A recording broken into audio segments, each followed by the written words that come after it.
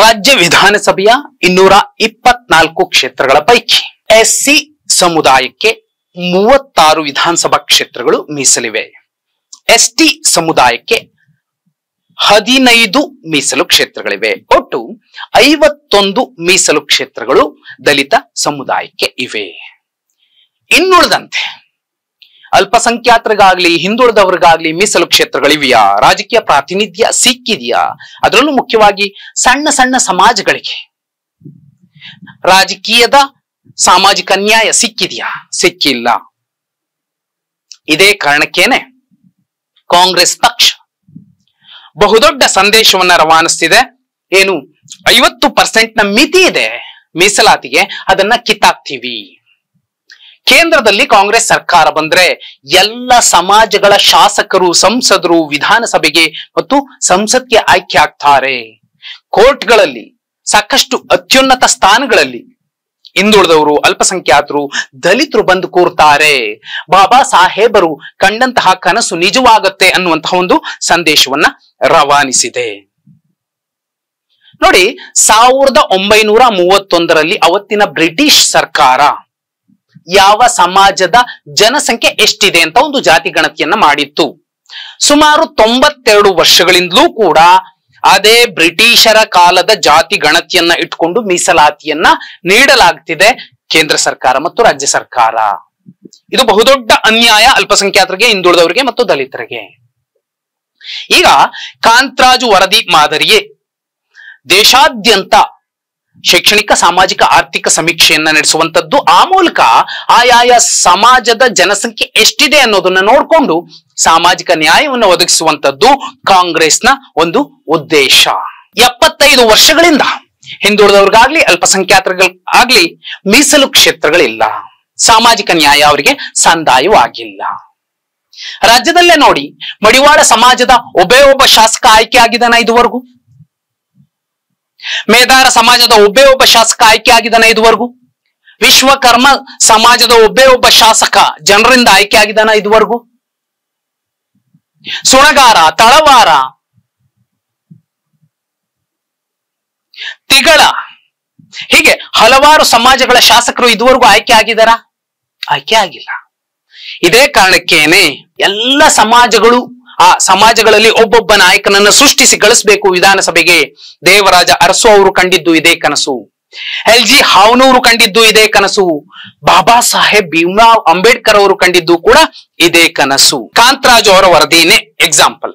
ಸ್ವೀಕಾರ ಆಗಿ ಅನುಷ್ಠಾನ ಆದ್ರೆ ರಾಜ್ಯದಲ್ಲಿ 51 ಮೀಸಲು ಕ್ಷೇತ್ರಗಳು ಹೇಗೆ ಎಸ್ಸಿ ಮತ್ತು ಎಸ್ಟಿ ಸಮಾಜಕ್ಕೆ ಇವೆಯೋ ಅದೇ ರೀತಿ ಅಲ್ಪಸಂಖ್ಯಾತರಿಗೂ ಮೀಸಲು ಕ್ಷೇತ್ರಗಳು ಸಿಗುತ್ತೆ, ಹಿಂದುಳಿದವ್ರಿಗೂ ಮೀಸಲು ಕ್ಷೇತ್ರಗಳು ಸಿಗುತ್ತೆ. ಇದಕ್ಕಿಂತಲೂ ಹೆಚ್ಚುವರಿಯಾಗಿ ಹೇಳೋದಾದ್ರೆ ಎಸ್ಸಿ ಸಮಾಜದ ಮೀಸಲು ಕ್ಷೇತ್ರಗಳು 36 ಏನಿದೆ, ಇದರ ನಂಬರ್ 50ರ ಗಡಿಗೆ ಬರುತ್ತೆ. ಎಸ್ಟಿ ಸಮಾಜದ ಮೀಸಲು ಕ್ಷೇತ್ರಗಳೇನ್ 15 ಇದೆ, ಇದು 25ರ ಗಡಿಗೆ ಬರುತ್ತೆ. ಎಸ್ಸಿ ಮತ್ತು ಎಸ್ಟಿ ಸಮಾಜಗಳ ಮೀಸಲು ಕ್ಷೇತ್ರಗಳು 75 ಮುಟ್ಟುತ್ತೆ. ಇನ್ನು ಅಲ್ಪಸಂಖ್ಯಾತರಿಗೆ, ಹಿಂದುಳಿದವರಿಗೆ ಕನಿಷ್ಠ 100ಕ್ಕೂ ಅಧಿಕ ಮೀಸಲು ಕ್ಷೇತ್ರಗಳು ಸಿಗುತ್ತೆ. ಇದು ಲೆಕ್ಕ. ಆಗ ಕುರುಬ ಸಮಾಜದಿಂದ, ಈಡಿಗ ಬಿಲ್ಲವ ಸಮಾಜದಿಂದ, ವಿಶ್ವಕರ್ಮ ಸಮಾಜದಿಂದ, ತಿಗಳ ಸಮಾಜದಿಂದ, ಗೊಲ್ಲ ಸಮಾಜದಿಂದ, ಉಪ್ಪಾರ ಸಮಾಜದಿಂದ, ಮಡಿವಾಳ ಸಮಾಜದಿಂದ, ಮೇದಾರ ಸಮಾಜದಿಂದ, ತಿಗಳ ಸಮಾಜದಿಂದ, ಹೀಗೆ 108 ಜಾತಿಗಳೇನಿದಾವೆ ಇವರಿಗೆ ಒಂದು ಪ್ರತ್ಯೇಕ ಕ್ಷೇತ್ರ ಮೀಸಲು ಕ್ಷೇತ್ರ ಆಗತ್ತೆ. ಆಗ ಸುಣಗಾರ ಸಮಾಜದಿಂದಲೂ ಕೂಡ ಒಬ್ಬ ಶಾಸಕ ಆಯ್ಕೆ ಆಗ್ತಾನೆ, ಒಬ್ಬ ಸಂಸದ ಆಯ್ಕೆ ಆಗ್ತಾನೆ. ಏನಾಗಬಹುದು, ಹೇಗಾಗಬಹುದು ನೋಡಿ. 224 ವಿಧಾನಸಭಾ ಕ್ಷೇತ್ರಗಳ ಪೈಕಿ ಅಲ್ಪಸಂಖ್ಯಾತರಿಗೆ, ಹಿಂದುಳಿದವರಿಗೆ, ದಲಿತರಿಗೆ ಜನಸಂಖ್ಯೆಗನುಗುಣವಾಗಿ ಮೀಸಲಾತಿ ಸಿಗಬೇಕು. ಹೇಗೆ ಕೇಂದ್ರ ರಾಜ್ಯಗಳಿಗೆ ತೆರಿಗೆ ಪಾಲನ್ನ ಕೊಡುವಾಗ ಜನಸಂಖ್ಯೆಗನುಗುಣವಾಗಿ ತೆರಿಗೆ ಪಾಲನ್ನ ಕೊಡ್ತಿದೆಯೋ ಅದೇ ರೀತಿ ರಾಜಕೀಯ ಪ್ರಾತಿನಿಧ್ಯವನ್ನು ಕೂಡ ಮೀಸಲಾತಿಯ ಲೆಕ್ಕದಲ್ಲಿ ಕೊಡೋದಾದ್ರೆ ಕೊಡಬೇಕು. ಸಂವಿಧಾನವೂ ಕೂಡ ಅದನ್ನೇ ಹೇಳುತ್ತೆ. ಒಂದು ವೇಳೆ ಅದು ಸಾಧ್ಯವಾದ್ರೆ 224 ವಿಧಾನಸಭಾ ಕ್ಷೇತ್ರಗಳ ಪೈಕಿ 180 ವಿಧಾನಸಭಾ ಕ್ಷೇತ್ರಗಳು ಅಲ್ಪಸಂಖ್ಯಾತರಿಗೆ, ಹಿಂದುಳಿದವರಿಗೆ, ದಲಿತರಿಗೆ ಒಳ ಮೀಸಲಾತಿಯ ಸಮೇತ ಸಿಗತ್ತೆ. ಬಲಗೈ ಇಷ್ಟು ಕ್ಷೇತ್ರಗಳು ಮೀಸಲು ಕ್ಷೇತ್ರಗಳು, ಎಡಗೈ ಇಷ್ಟು ಕ್ಷೇತ್ರಗಳು ಮೀಸಲು ಕ್ಷೇತ್ರಗಳು. ಹಿಂದುಳಿದವರಲ್ಲಿ 108 ಜಾತಿಗಳಿದಾವಲ್ಲ, 108 ಜಾತಿಗೂ ಕೂಡ ಕನಿಷ್ಠ ಒಬ್ಬೊಬ್ಬ ಶಾಸಕ ಸಿಗಬೇಕು. ಆ ತರ ಮೀಸಲಾತಿ ಕ್ಷೇತ್ರಗಳು ಸಿಗತ್ತೆ. ಇನ್ನೂ ಸುಲಭಕ್ಕೆ ನಿಮಗೆ ಎಕ್ಸಾಂಪಲ್ ಕೊಡ್ಬೇಕಂದ್ರೆ ಮಂಡ್ಯ ಜಿಲ್ಲೆಯಲ್ಲಿ 7 ವಿಧಾನಸಭಾ ಕ್ಷೇತ್ರಗಳು ಬರುತ್ತೆ. 7ರಲ್ಲಿ ಮಳವಳ್ಳಿ SC ಮೀಸಲು ಕ್ಷೇತ್ರ. ಇನ್ನುಳಿದ 6 ಕಡೆ ಕಳೆದ 75 ವರ್ಷಗಳಿಂದಲೂ ಕೂಡ ಒಂದೇ ಸಮುದಾಯ ರಾಜಕೀಯ ಪ್ರಾತಿನಿಧ್ಯ ಪಡ್ಕೊಂಡ್ ಬರ್ತಾ ಇದೆ, ರಾಜಕೀಯದ ಅಧಿಕಾರವನ್ನ ಅನುಭವಿಸ್ತಿದೆ, ತಿಂತಿದೆ. ಒಂದು ವೇಳೆ ಜಾತಿ ಗಣತಿ ವರದಿ ಸ್ವೀಕಾರವಾಗಿ ಜಾರಿಯಾದ್ರೆ, ಅನುಷ್ಠಾನಗೊಂಡ್ರೆ, ಪರಿಣಾಮಕಾರಿಯಾಗಿ ಕಾಂಗ್ರೆಸ್ ಪಕ್ಷ ಬಯಸ್ತಿರುವಂತಹ ರೀತಿಯಲ್ಲಿ ಆದ್ರೆ ಕುರುಬ ಸಮಾಜಕ್ಕೆ 1 ಮೀಸಲು ಕ್ಷೇತ್ರ ಸಿಗುತ್ತೆ, ಮುಸ್ಲಿಂ ಸಮಾಜಕ್ಕೆ 1 ಮೀಸಲು ಕ್ಷೇತ್ರ ಸಿಗುತ್ತೆ. ಮಂಡ್ಯದಲ್ಲಿ ಮಡಿವಾಳ ಅಥವಾ ಬೆಸ್ತ ಸಮುದಾಯಕ್ಕೆ 1 ಮೀಸಲು ಕ್ಷೇತ್ರ ಸಿಗುತ್ತೆ. ಮಳವಳ್ಳಿ 1 ಮೀಸಲು ಕ್ಷೇತ್ರ ಆಯ್ತು, ಜೊತೆಲಿ ಕುರುಬ ಸಮುದಾಯಕ್ಕೆ 1 ಮೀಸಲು ಕ್ಷೇತ್ರ ಸಿಗುತ್ತೆ, ಜೊತೆಲಿ ಮಡಿವಾಳ ಅಥವಾ ಬೆಸ್ತ ಸಮುದಾಯಕ್ಕೆ 1 ಮಂಡ್ಯದಲ್ಲಿ ಮೀಸಲು ಕ್ಷೇತ್ರ ಸಿಗುತ್ತೆ. ಇದ್ರ ಜೊತೆಯಲ್ಲಿ ಮುಸಲ್ಮಾನ ಸಮುದಾಯಕ್ಕೂ ಕೂಡ ಮಂಡ್ಯ ನಗರದಂತಹ ಕ್ಷೇತ್ರ ಮೀಸಲು ಕ್ಷೇತ್ರ ಆಗಬಹುದು. ಆಗ ಸಾಮಾಜಿಕ ನ್ಯಾಯ ಸಿಗತ್ತೆ. ಇನ್ನೊಂದು ಜಿಲ್ಲೆ ತಗೊಳ್ಳೋದಾದ್ರೆ ಬಿಜಾಪುರ. 8 ವಿಧಾನಸಭಾ ಕ್ಷೇತ್ರಗಳು ಬರುತ್ತೆ ಬಿಜಾಪುರದಲ್ಲಿ.